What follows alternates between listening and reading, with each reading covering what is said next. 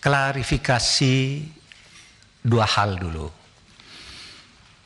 Yang pertama, saya itu ketika menyatakan menantang, itu karena menjawab tantangan. Saya enggak pernah, ini mulanya begini, kan di Twitter saya itu di-capture pernyataan Pak Beni Harman. Ada Pak Beni Harman itu di Detik, itu bicara begini, jam 4.21, Detik.com jam 4.21 tanggal 26. Intinya itu, saya harap Mahfud berani buka-bukaan. Berani terus terang, itu Detik jam, ya, Detik.com tanggal 26 jam 4.21. Nah, saya menjawabnya jam 7. Bismillah, saya datang, kan gitu. Jadi bukan saya yang nantang, saya yang ditantang. Ya saya jawab.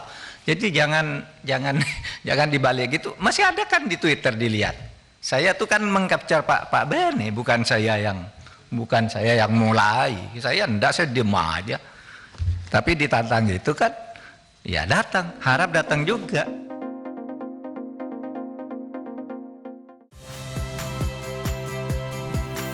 Saya Valeria Bella.